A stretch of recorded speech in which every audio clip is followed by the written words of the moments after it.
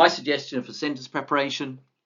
The sentence explains the multiple linked effects of global warming on rainfall and weather.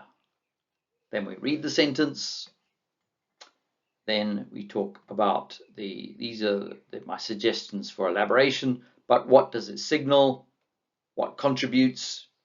And now, of course, you need to practice the interaction and do it time and time again. And there are many examples in this video, and there are examples in the David Rose video.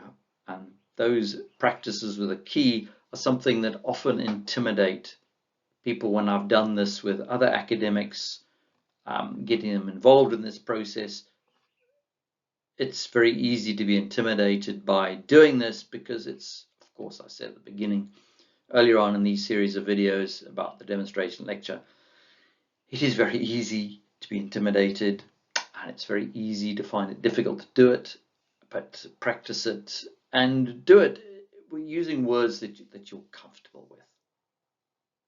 And then, as I say, if you do it a few times, then you start to get more used to it, and then it becomes much easier to do.